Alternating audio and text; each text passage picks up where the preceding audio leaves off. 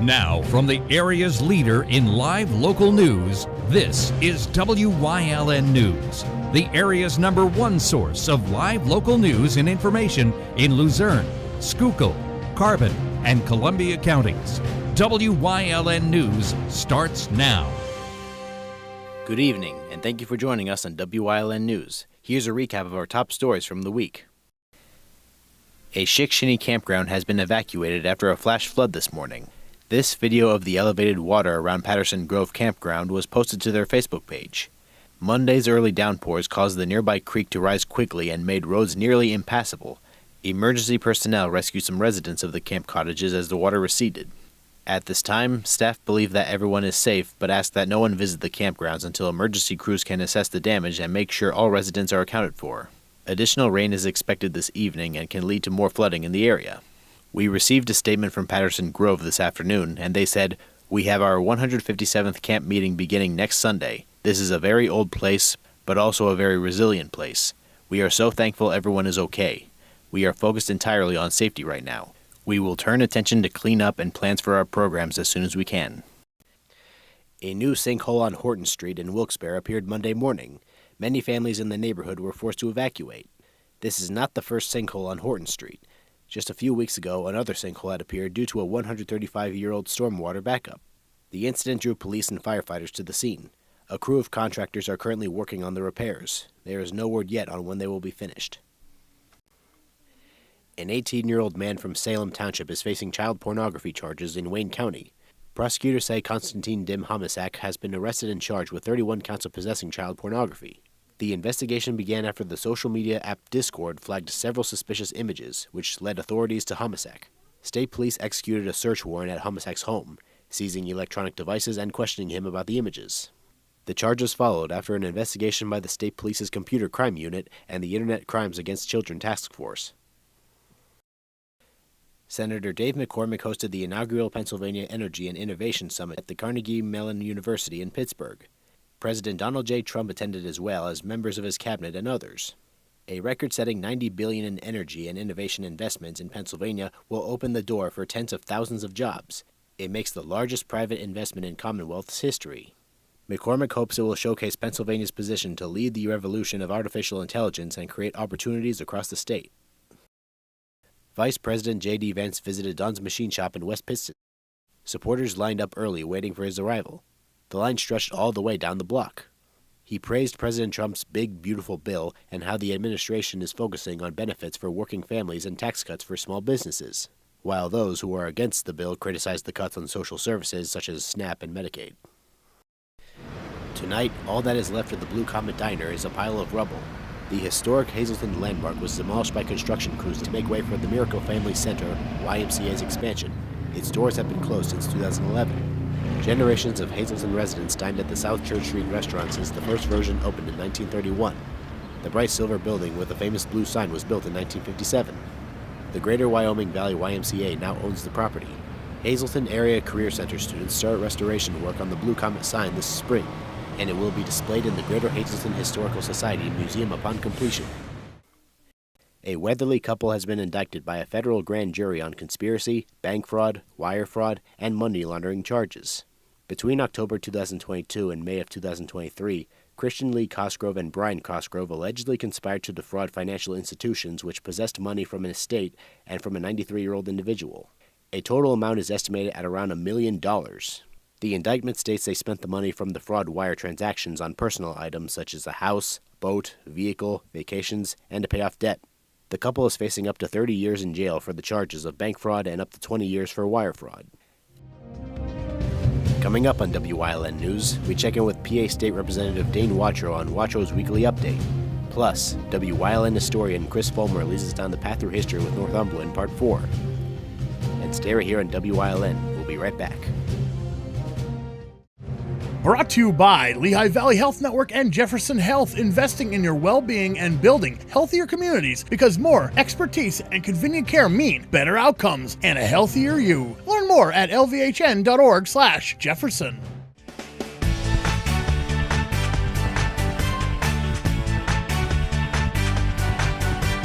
My name is Andy and tomorrow's going to be partly cloudy.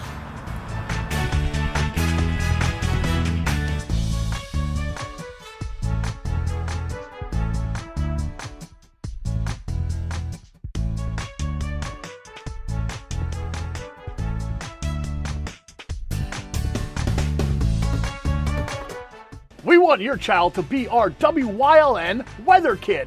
Your child can be our feature weather reporter of the day on WYLN News and WYLN social media posts, just by using your smartphone or any video recording device. It's easy. All ages are welcome, from toddlers to teens. To find out how, go to the weather section of WYLNTV.com or look for our post about it on the WYLN News Facebook page. Submit your Weather Kid video today. If you're looking for an affordable pre-owned car or truck, Cheers Auto Sales has a great lineup of clean, dependable, and quality vehicles. Stop in at 610 North Broad Street in West Hazleton, 570-454-7229. Cheers is proud to be celebrating 70 years in business. WYLN programming is online all the time. Visit our website at WYLNTV.com to check out archive shows and a live stream of our broadcasts. And don't forget to visit all of our social media pages for breaking news, weather, and sports. You can also head directly to our YouTube page for all our programming at youtube.com/WYLNTV35. Subscribe and ring that bell so you get notified every time there's a new show available online. Come shoot at Whitetail Preserve 118 Boulevard Road in Bloomsburg. Their skeet, trap, and sporting clay fields are professionally designed, and all stations are handicapped accessible. Whitetail Preserve has resident shooting instructors certified by the NRA in shotgun, rifle, pistol, home safety, and personal protection in the home. Whitetail can also cater any size event, whether it be a private party, corporate event, or wedding. Call 570-384-2314 or 570-790-8969.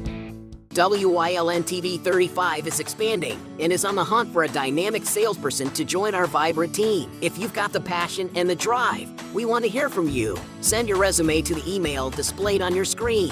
Don't miss this great opportunity.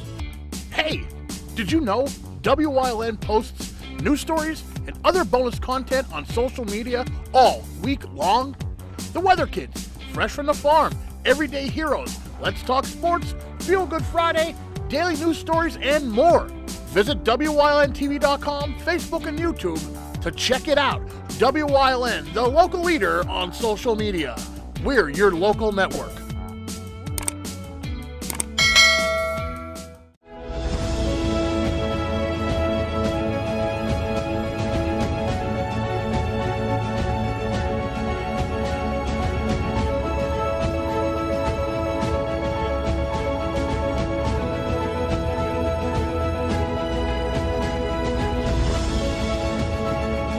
Hi, welcome to Watro's Weekly Update. Hi, I'm Preston Edris, the host today, and here with me is Dane Watro. How are you doing today, man? I'm doing very good. Thank you again for having me today. Yeah, and I feel extra honored right now because I actually wore a suit this time. You look really good. I noticed it as soon as I walked through the door. You're looking very, very sharp. Yeah, thank you for that. I figured I'm with a politician. Might not dress like one, too. Why not? Okay, so now that we're here, so from what I've seen recently, that you actually contributed to helping out when it comes to women's athletics. Did you do something with that? Yes. Right now, what we're looking at in the House of Representatives, a discharge resolution on Senate Bill 9. And what that Senate bill is, it's to make sure that women are equipped to participate. Women are only allowed to participate in women's sports. However, in our area, we don't have that issue. We don't, but across the state, it is an issue, and we got to make sure that men are playing in men's sports and women are playing in women's sports. And what the discharge resolution on that Senate bill does is just basically say that biological men play in men's sports, biological women on women's sports. Like I said, here in our area, we're good. We don't have that issue, knock on wood. But clear across the state, there are some issues like that. So we're just trying to go ahead and making sure we're protecting our women out there and our young children. I'm a father of 2 girls, and I always advocated for fair sports for them, and I just want to make sure, even though my girls are older now, I want to make sure that every girl has an opportunity in playing sports at a fair level. Yeah, I gotta deal with those bills. Let's see, on a usual basis when it comes to the government stuff. Yes. And yeah, I gotta deal with them. Like our VP JD Vance, he just had a big beautiful bill thing recently. Yeah, I seen that yesterday. I was down on our school portion of the district, but I did see JD Vance came to Luzerne County area. Not sure exactly how that went. Like I said, I was down at the school, spending some time with our constituents down there. Yeah. So, so anything else regarding bills in your whole world going on there? So the big thing I've been talking about probably the past couple months since this session started in January. Once again, in our area, our children in the Hazleton School District, Shenandoah, Monterey City, they all are taught how to write cursive. That's all well and good. But I did find out this doesn't happen clear across the state of Pennsylvania, which is very alarming. So I introduced a bill in January to mandate our teachers to teach our children how to write cursive. Got it out of the House. I know I did report that here first on WYLN, but just yesterday I got a phone call that the Senate, being it passed the House, it went to the Senate now, and the Senate took it up for consideration in their Education Committee. It passed there with strong bipartisan support, so I'm very happy with that. And I was just informed probably about 2 hours ago that it's being called up on second consideration today, and we need one more step to go before it reaches the governor's desk to see what he's going to do with it. Hopefully he'll sign that bill, and that bill will become law, and then we'll be the 26th state in the country to require our educators to go ahead and teach cursive here in the state of Pennsylvania. Like I did say, the 4 school districts that I represent do just that right now. So we're just going ahead and making sure that our educators clear across the Commonwealth are doing the very same thing that we're doing right here at home. Yeah, cursive. I was never fully, but I was a kid not being fond of it because it was harder. But in life, you got to do the hard in order to accomplish great things. You're 100% right. I agree with that. Yeah, sometimes you got to feel that in a tough situation, make you stronger, make you work harder at it. But you're absolutely right. And be glad my second grade class made me learn it. Same here. Me too. Second grade. From something else that I've also seen, there was this new exhibit that you gave some stuff to that was based on some military personnel. Yeah, thanks for bringing that up. So down House Archives in the state capitol, the Irvis building, it's still in the same Capitol complex, they're honoring our military veterans that served in the House of Representatives or the Senate. And they called and they said, do you have any memorabilia we could borrow? And I said, sure. So I took them some other things I had when I served in the war and during the Iraq War. And they put it on display in a nice showcase. And they did a very wonderful interview. You could check it out on my Facebook page. It's there. They did a very good job talking about how I re-enlisted after 9/11. And then Iraq kicked off from being in Afghanistan. Iraq kicked off there, and that's where I was deployed to, was Baghdad, Iraq, for a year to fight that war. So once again, great exhibit that they have going on, honoring our state legislators that served in both peacetime and wartime over there. But thank you so much for bringing that up. Yeah, and I thank you for your service too. Thank you. I was not aware that you actually did stuff like that previous to what we're doing now. And that's why I love what I do right now. It's about helping people, and I'm able to help people at such a great level, being a state representative as I did back in the military. So this public service is just very rewarding when I'm able to help the people that I get to represent and clear across the state. Well, it sounds like a lot of interesting stuff. Yeah, for sure. And with this bill, I hope that one step closer. It sounds very exciting, recent news. I'm praying, I'm praying. So I reported it here first on WYLN, so I'm very excited about that because you always give me the perfect opportunity to make sure we're getting out good, accurate information. Well, proud of that. Well, that's a lot of positive input that we got here on Wacho's Weekly Update. You think so? I think so. Great.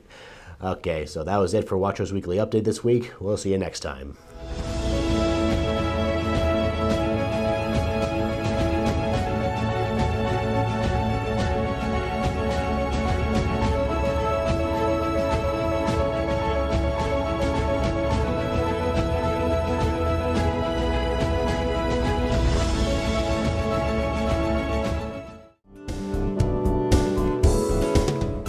On this week's show, Mary Halderman's going to tell her story. A lot of painful arthritis, not better from other doctors, but gentle chiropractic care makes her feel much better. So tune in the show and hear Mary's story.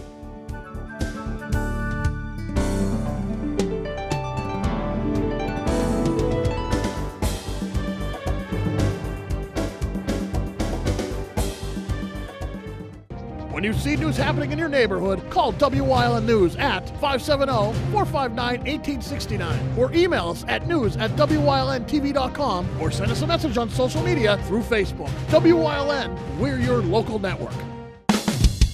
PPW Nation, get ready for the best of PPW Season 2. Join Paul Bowe, E. Julius Kuiper, Alexander Bravado, Tom Mitchell, and Alex Watt as we take you down memory lane and relive some of the best PPW matches of all time. Saturdays at 5 p.m., Sundays at 10 p.m., only on WYLN.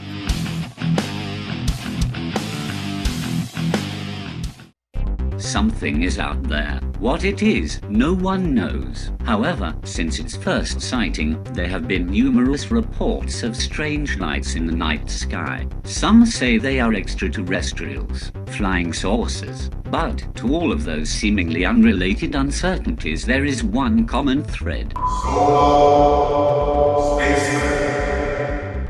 Watch Solo Spaceman on WYLN Thursdays at 1:30, Saturdays at 7, and Sundays at 4:30. Attention, WYLN viewers! WYLN TV can now be seen on the Hazleton Service Electric Cablevision HD tier, channel 507, and over the air at 35.1. WYLN, we're your local network.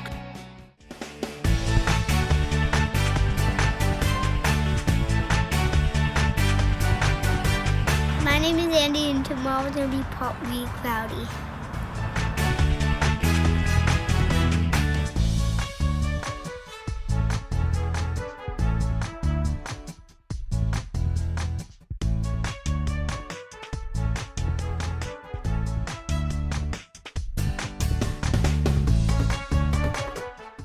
A Path Through History is sponsored by the Old Jail Museum, 128 West Broad Street in Jim Thorpe. Call 570-325-5259 or visit them online at theoldjailmuseum.com.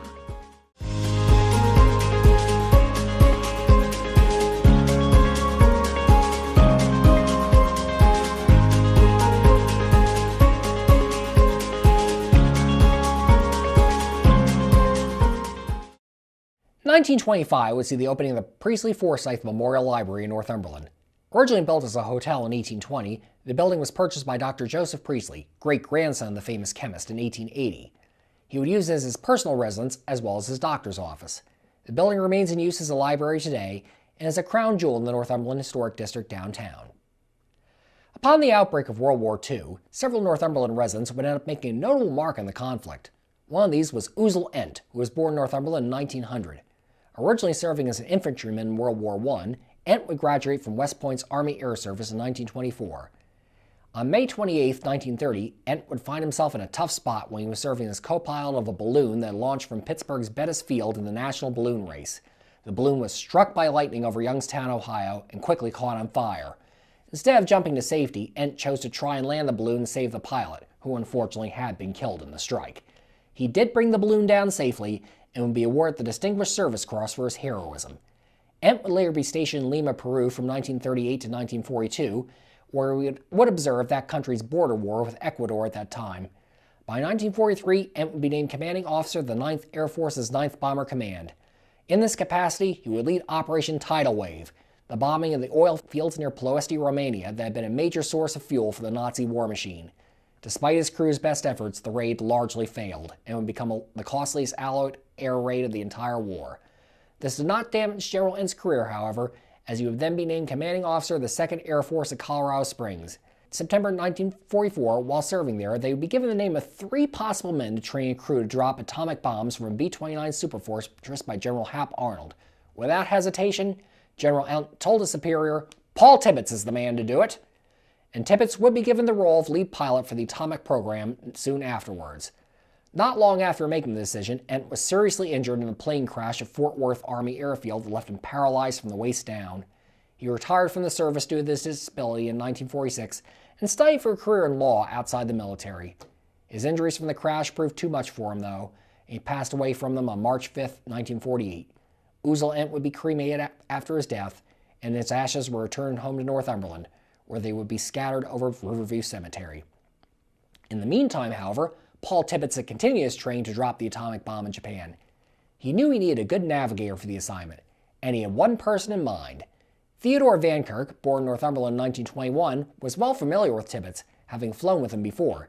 Tibbets had indeed saved Van Kirk's life in the air a few occasions.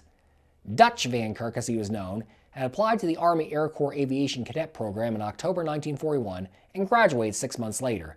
Van Kirk flew nearly 60 missions over Germany and Italy during the war as part of the 97th Bomb Group, usually as part of the initial wave of bombers in an attack. By late 1944, he had been brought back stateside as a navigation instructor at Wendover Field in Utah. It was then that Tibbets approached him and told him, "We're going to do something that I can't tell you about right now, but if it works, it will end or significantly shorten the war." For the next 8 months, Van Kirk trained for the atomic bombing mission, relentlessly studying maps of Japan, which he had previously never flown over before. And so it was that he, Tibbets, and 10 other crewmen took off from Tinian Island and the Mariana Islands aboard the Enola Gay, named for Tibbets' mother, on August 6, 1945, with the uranium-bombed Little Boy in place in the bomb bay. From his seat directly behind Tibbets in the plane, Van Kirk charted the Enola Gay's path toward Hiroshima with a sextant trained in the stars and his maps. His navigation would prove efficient, as the plane was a mere 15 seconds behind schedule when, at 9:15 local time, Bombardier Tom Farabee released Little Boy out of the plane toward Hiroshima. It exploded 43 seconds later, all but destroying the city. Years later, when asked in interviews, Van Kirk said that if he had the choice to do it again, he would indeed drop the atomic bomb again to end the war quicker and save lives. 3 days after the Enola Gay's flight, the plutonium bomb Fat Man was dropped in Nagasaki, causing similarly horrific damage and pushing the Japanese government to surrender. For his efforts in the war, Van Kirk will be awarded numerous medals, including the Silver Star and the Distinguished Flying Cross. After the conflict, he participated in nuclear testing on Bikini Atoll, and then in civilian life spent 35 years working for DuPont. Theodore Dutch Van Kirk died in 2014, the last surviving crew member of the Enola Gay. Like Uzal Ent, he was returned home to Northumberland after his passing and rests today in Riverview Cemetery. After the war, Northumberland would be caught up in the drive-in craze sweeping the country at the time. What was originally called the Arrow Drive-In opened on Route 11 near Northumberland on June 25, 1952 with John Wayne's The Flying Leathernex. Originally owned by Harold Bell, a capacity for 400 cars. In 1957, it would be renamed to the Point Drive-In. Capacity would be expanded to 600 cars in the 1960s. In 1972, the drive-in switched to primarily X-rated fare, a booking policy that lasted through 1987 when it went back to family-friendly films. FM stereo was also added to the drive-in at this time and was expanded from 1 screen to 3. One of the screens was destroyed by a tornado in August 2020, leaving a double-screen capacity. It was announced in May 2022 the Point Drive-In would close at the end of the season to be converted to a solar farm. That deal, however, fell through, and the drive-in opened for business for the 2023 season. Today, the Point Drive-In is one of 29 drive-ins still operating in Pennsylvania. For many years, the Northumberland High School Pine Knotters had a strong rivalry with their neighbors, the Sunbury High School Owls. This would change beginning in 1963 with the passage of the School Consolidation Act, which aimed to merge many of the then over 2,000 school districts in Pennsylvania to cut down costs. Northumberland High School and Sunbury High School would be caught up in the merger mania that followed over the next few years, as the number of high schools in the state was reduced from roughly over 500 school districts in service today. The two districts would be merged together in 1966 into the Shikellamy School District, which today serves both communities. The Pine Knotter name, which relates to how a pine tree branch forms a tight knot as it goes into the tree, and thus denotes a strong person, still lives on today in Northumberland, however. The town had a large bicentennial celebration in 1972, and so many people attended that it was decided to keep the festival going in the years that followed. Thus, beginning in 1973, and continuing every year since apart from a pandemic-induced break in 2020, Pine Knotter Days has been a major summer festival in the community. Street vendors, games, musical acts, and art exhibits are just some of the events that traditionally highlight Pine Knotter Days.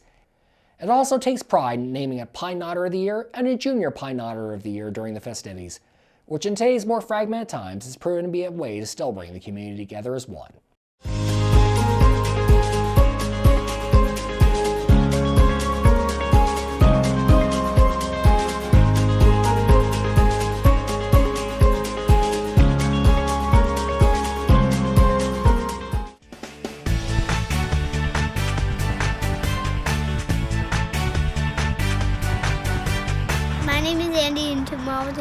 partly cloudy.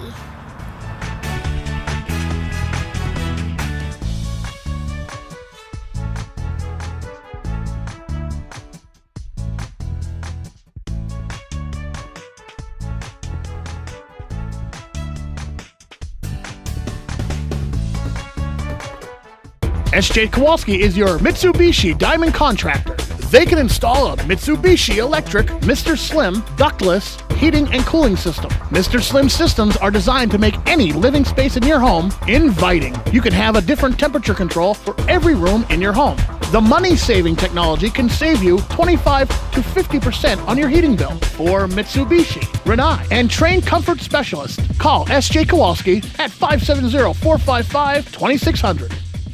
Come shoot at Whitetail Preserve, 118 Boulevard Road in Bloomsburg. Their skeet, trap, and sporting clay fields are professionally designed, and all stations are handicapped accessible. Whitetail Preserve has resident shooting instructors certified by the NRA in shotgun, rifle, pistol, home safety, and personal protection in the home. Whitetail can also cater any size event, whether it be a private party, corporate event, or wedding. Call 570-384-2314 or 570-790-8969.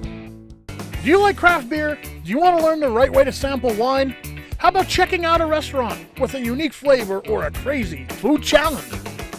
These are just some of the things we are featuring on Wine, Hops, and Road Stops. So, spend some time learning about great wine, great beer, and great food on Wyln TV 35.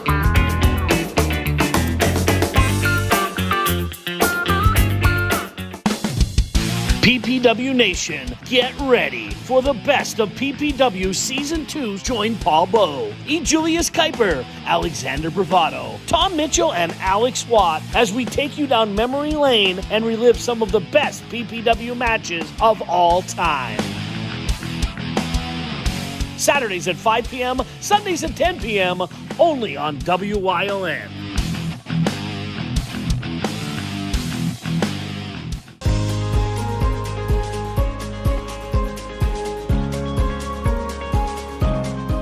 Hello, I'm WYLN historian Chris Fulmer. Pennsylvania's communities are filled with interesting history. Come with me as we discover the people, events, industries, and other historic facets of local towns.